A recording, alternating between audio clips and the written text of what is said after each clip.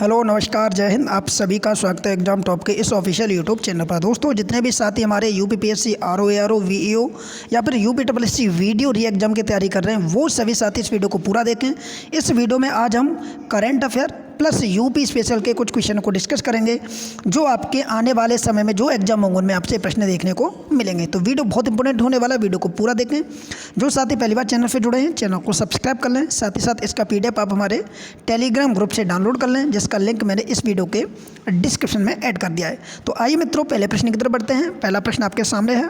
प्रश्न कह रहा है, देखिए एक तरफ समाचार पत्र दिए गए और दूसरी तरफ संपादक दिए गए। पहले प्रश्न पूछा गया कि निम्न में से कौन सा विकल्प सही सुमेलित नहीं है। यहाँ पर चार ऑप्शन है, आप बताएंगे इनमें से कौन सा विकल्प सही सुमेलित नहीं है। पहला ऑप्शन ए की तरफ बढ़ेंगे तो पॉइनियर समाचार पत्र, इसके जो संपादक थे वो आपके रॉबर्ट नाइट थे, तो ऑप्शन नंबर पहला सही हो जाएगा। पॉइनियर समाचार पत्र था, ये प्रयागराज से प्रकाशित होता था 1876 से।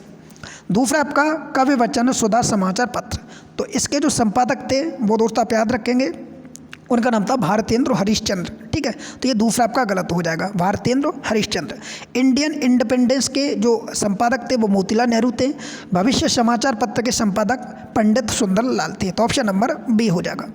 दूसरा प्रश्न आपके सामने दोस्तों यहाँ पर देखेंगे, ये बजट से संबंधित है कि निम्नलिखित में से किस स्रोत पर उत्तर प्रदेश राज्य सरकार के कुल बजट 2022-23 का लगभग 21% खर्च किया जाएगा। तो यहाँ पर दोस्तों आपके सामने ऑप्शन दिए गए हैं, तो यहाँ पर जो राइट आंसर बनेगा वो ऑप्शन नंबर बी हो जाएगा, पूंजीगत परिव्यय पर।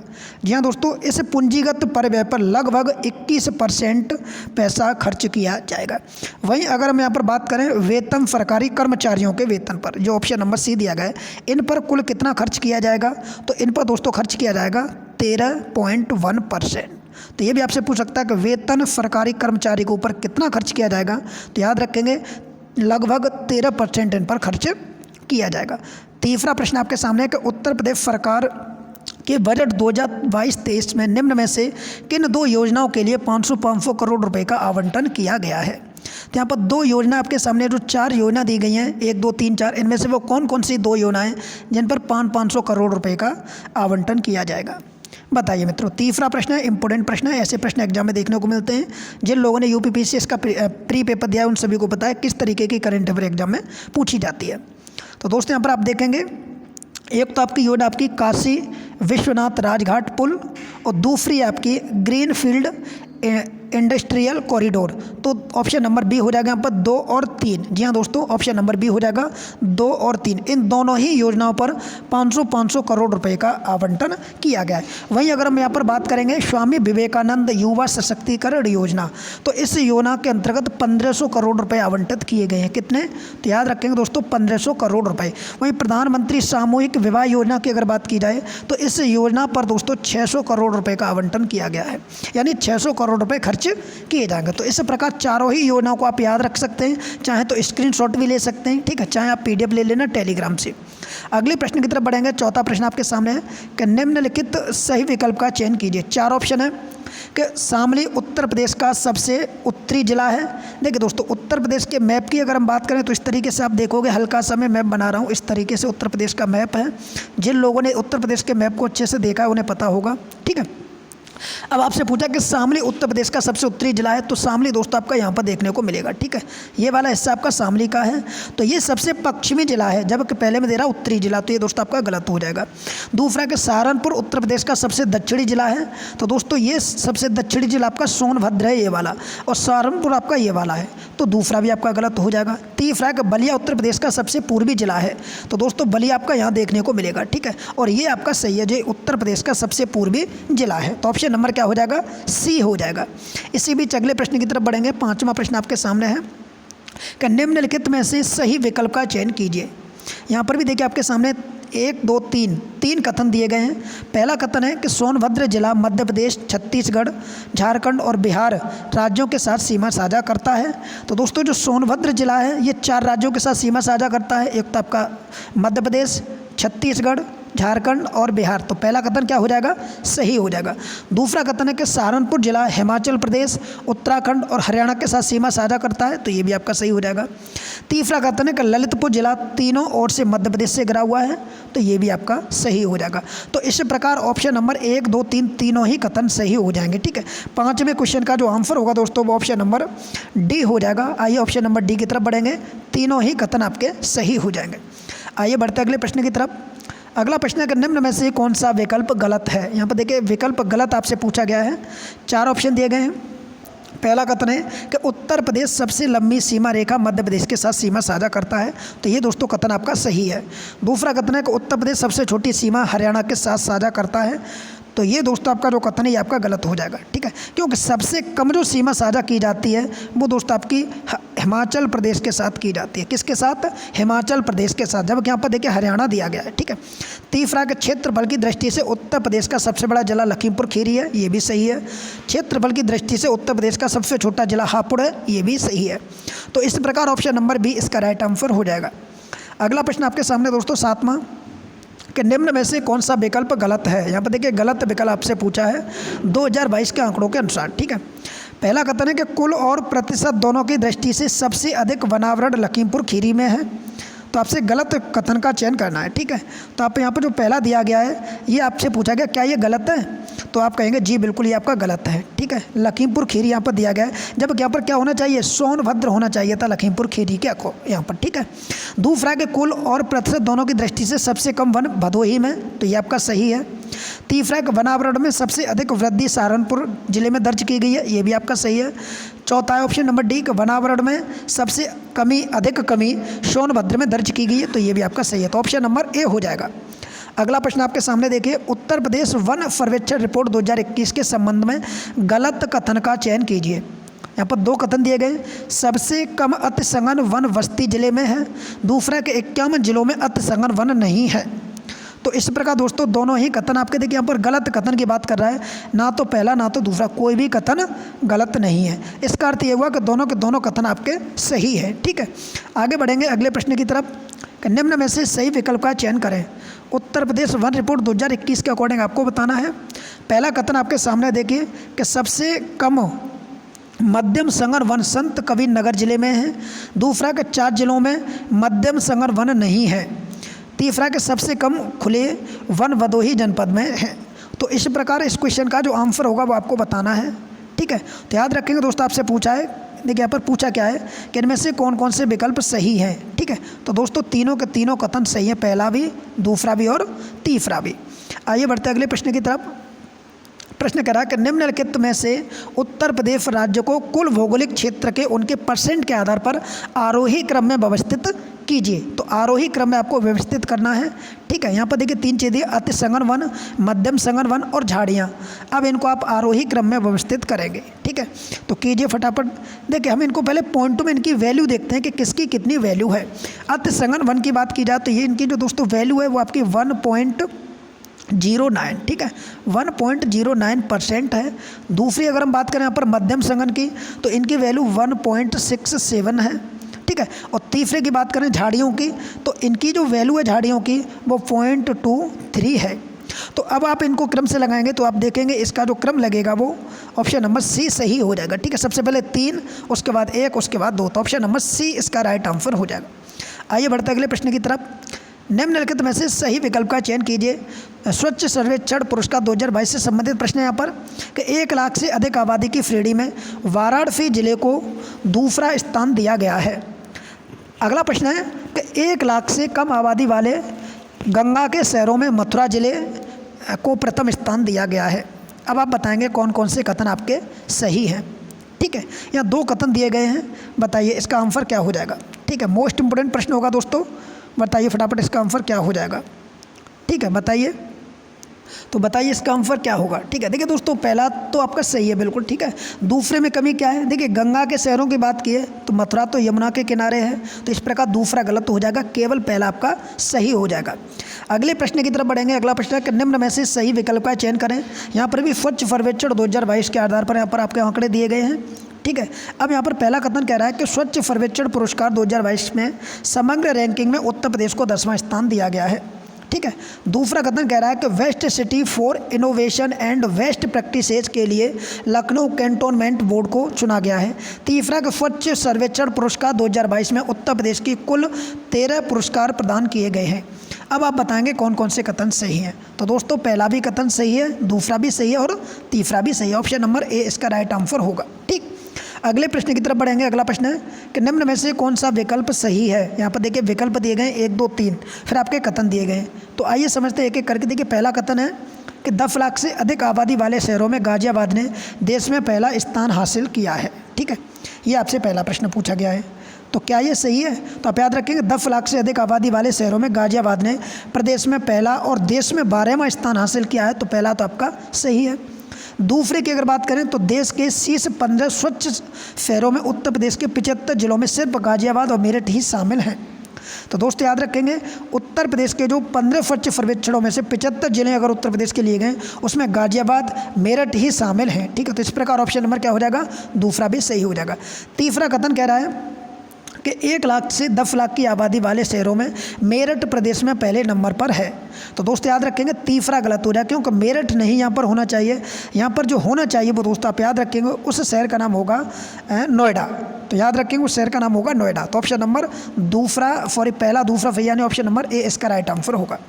अगले प्रश्न की तरफ बढ़ेंगे। यहाँ पर देखिए दिया गया उत्तर प्रदेश बजट 2022-23 के अनुसार किस जिले में अंतर्राष्ट्रीय क्रिकेट स्टेडियम की स्थापना के लिए भूमि क्रय हेतु 95 करोड़ रुपए का प्रावधान किया गया है। तो यहाँ पर 4 ऑप्शन दिए गए हैं। सही आंसर होगा वो ऑप्शन नंबर ए हो जाएगा, वाराणसी जनपद में। जी हाँ दोस्तों, वाराणसी में अंतर्राष्ट्रीय क्रिकेट स्टेडियम की स्थापना की जाएगी, जिसके लिए इस बार बजट में 95 करोड़ रुपए का प्रावधान किया गया है। अगला प्रश्न है निम्न में से कौन सा विकल्प सही सुमेलित नहीं है। यहाँ पर दिया गया गणेश शंकर स्मारक विद्यालय मेडिकल कॉलेज कानपुर में है। तो ये दोस्तों आपका बिल्कुल सही है, पहला तो आपका सही हो जाएगा। ठीक है, दूसरा का लाला लाजपत राय स्मारक मेडिकल कॉलेज मेरठ में है। तो ये भी दोस्तों आपका सही हो जाएगा। तीसरा का महारानी लक्ष्मीबाई मेडिकल कॉलेज झांसी में है, ये भी आपका सही हो जाएगा। चौथा बाबा राघव दास मेडिकल कॉलेज भदोही।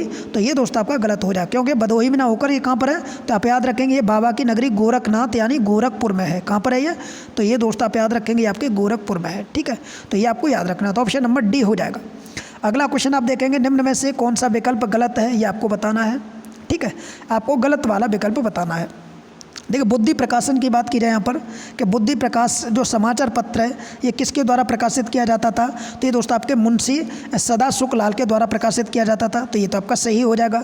दूसरा है कि सर्वहितकारक, ये किसके द्वारा प्रकाशित किया जाता था? सॉरी संपादक, तो इसके आपके शिव नारायण इसके संपादक थे। सूरज प्रकाश इसके संपादक गणेशी लाल थे। बात करें लोकमित्र की तो इसके जो संपादक थे दोस्तों वो आपके पंडित वशीधर वाजपेयी नहीं थे। ये आपका गलत हो जाएगा। ठीक है, क्योंकि लोकमित्र की अगर बात की जाए तो इसके जो संपादक थे वो ईसाइयों का मासिक पत्र माना जाता है। ये ठीक है, किसका? ईसाइयों का मासिक पत्र माना जाता है, जिसकी भाषा हिंदी थी। तो ऑप्शन नंबर डी हो जाएगा। ठीक है, आगे बात करेंगे अगले प्रश्न की तरफ कि निम्न को कालानुक्रम के आधार पर व्यवस्थित कीजिए, यानी समय के अनुसार आपको इनको व्यवस्थित करना है। यहाँ पर यूनिवर्सिटी दी गई है। इलाहाबाद यूनिवर्सिटी की बात की जाए तो इसकी जो स्थापना होती है दोस्तों वो कब होती है? इसकी स्थापना होती है 1887 में, 1887 में। ठीक है, दूसरी बात की जाए काशी विश्वविद्यालय की तो दोस्तों सबको पता है इसकी स्थापना 1916 में की गई थी। कब की गई थी? 1916 में। अलीगढ़ विश्वविद्यालय की बात की जाए तो इसकी स्थापना 1920 में की गई, यानी 1920 में। और डॉक्टर भीमराव अम्बेडकर विश्वविद्यालय की बात की जाए तो इसकी स्थापना 1996 में की गई। अब आप इसको क्रम से लगा सकते हैं, क्योंकि आपको कालानुक्रम में व्यवस्थित करना है। तो इस प्रकार ऑप्शन नंबर सी इसका राइट आंसर हो जाएगा। 1 2 3 4, 1 2 3 4, बिल्कुल क्रम से लगा हुआ है ऑप्शन नंबर सी। अगला प्रश्न आपके सामने कि निम्न में से कौन से विकल्प का चयन करें। यहाँ पर हमें कौन कौन से कथन सही हैं। पहला कथन दे रहा है यहाँ पर कि बाजरा के उत्पादन में उत्तर प्रदेश का देश में दूसरा स्थान है। ठीक है, बाजरा के उत्पादन में उत्तर प्रदेश का देश में दूसरा स्थान है। तो ये आपका बिल्कुल सही है, आपको याद रखना है। ये डाटा देके 2022 के आधार पर है। दूसरा कि जौ के उत्पादन में उत्तर प्रदेश का देश में दूसरा स्थान है। तो दोस्तों याद रखेंगे जौ के उत्पादन में उत्तर प्रदेश का देश में दूसरा स्थान है, ये भी सही है। अमरूद के उत्पादन में उत्तर प्रदेश का देश में प्रथम स्थान है। तो ये भी आपका सही है, अमरूद के उत्पादन में देश में इसका प्रथम स्थान है। तो इस प्रकार तीनों ही कथन सही होंगे। ऑप्शन नंबर डी इसका बिल्कुल सही आंसर हो जाएगा। ठीक है, आइए मित्रों बढ़ते अगले प्रश्न की तरफ। अगला प्रश्न है कि निम्नलिखित में से गलत विकल्प का चयन कीजिए। गलत, ठीक है, नवीनतम आंकड़े 2022 के आधार पर है। बागवानी के मामले में उत्तर प्रदेश का देश में प्रथम स्थान है। तो दोस्तों यहाँ पर देखिए प्रथम स्थान की बात कर रहा है, तो ये बिल्कुल सही है। बागवानी के मामले में उत्तर प्रदेश का देश में प्रथम स्थान है। दूसरा आम के उत्पादन में उत्तर प्रदेश का देश में प्रथम स्थान है, तो ये भी आपका सही हो जाएगा, ठीक है। अगला प्रश्न है आपका कि मांस के उत्पादन में उत्तर प्रदेश का देश में प्रथम स्थान है, तो ये भी आपका सही हो जाएगा। इस प्रकार आपसे गलत कथन पूछा था तो इनमें से कोई भी नहीं होगा, ऑप्शन नंबर ए हो जाएगा। तीनों के तीनों कथन सही है, तीनों मोस्ट इंपोर्टेंट है, आप याद रखेंगे। यहाँ से प्रश्न आपके एग्जाम में एक देखने को मिल जाएगा। अगला प्रश्न 20वां कि 10वीं कृषि जनगणना 2015-16 के अनुसार उत्तर प्रदेश राज्य में कुल कितने भूमि धारक थे।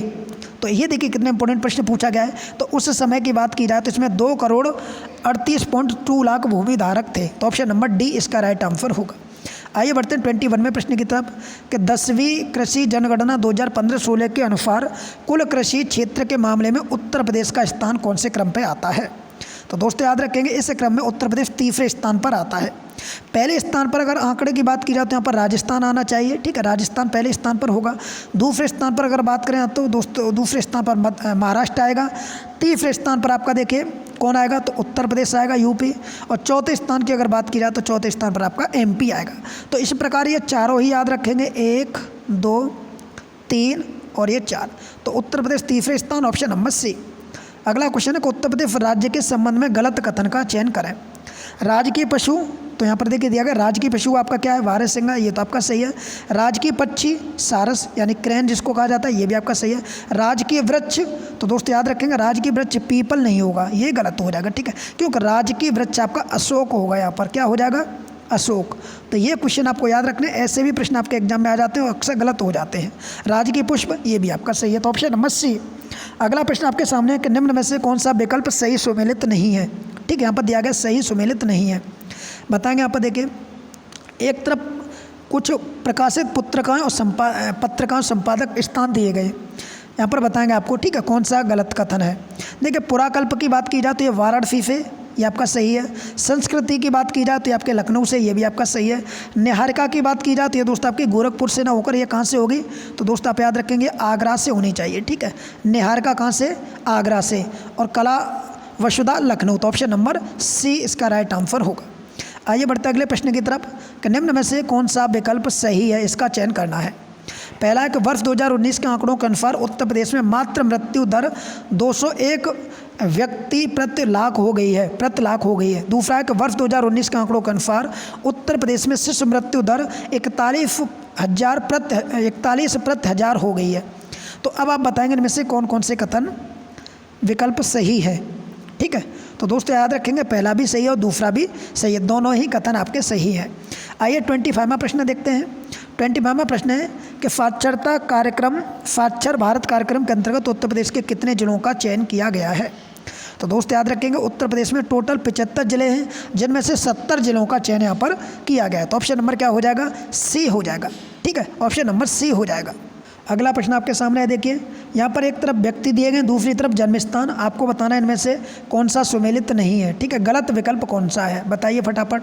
26 का क्या हो जाएगा आंसर, ठीक है। देखिए बात करें हरिप्रसाद चौरसिया की, तो इनका जो जन्म होता है वो प्रयागराज में होता है, तो पहला तो सही हो जाएगा। दूसरा बिरजू महाराज की बात की जाए तो इनका जन्म लखनऊ में होता है, ये भी सही है।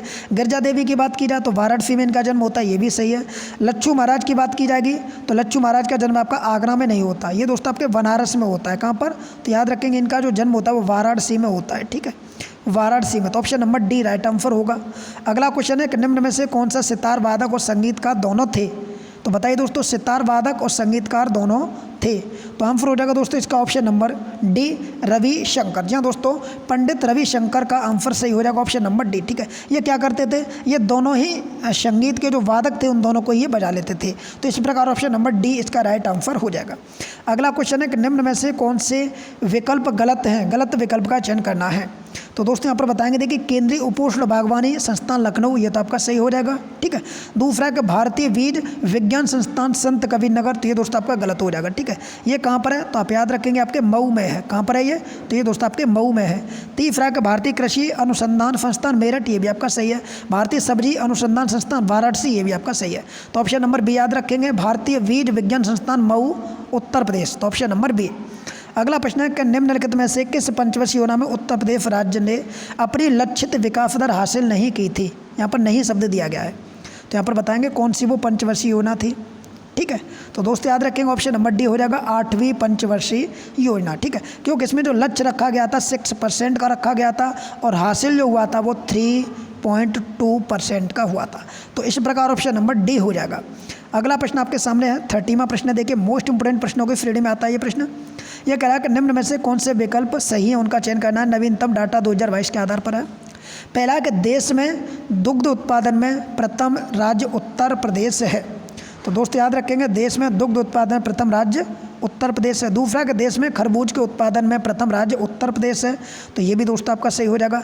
तीसरा कि देश में आलू के उत्पादन में प्रथम राज्य उत्तर प्रदेश है, तो ये भी आपका सही हो जाएगा। तो इस प्रकार ऑप्शन नंबर डी इसका राइट आंसर हो जाएगा, ठीक है। इस प्रकार ऑप्शन नंबर डी इसका राइट आंसर हो जाएगा। तो दोस्तों कैसे लगे ये 30 प्रश्न आपको कमेंट करके जरूर बताएं। इसी प्रकार की वीडियो आपको मिलती रहेगी।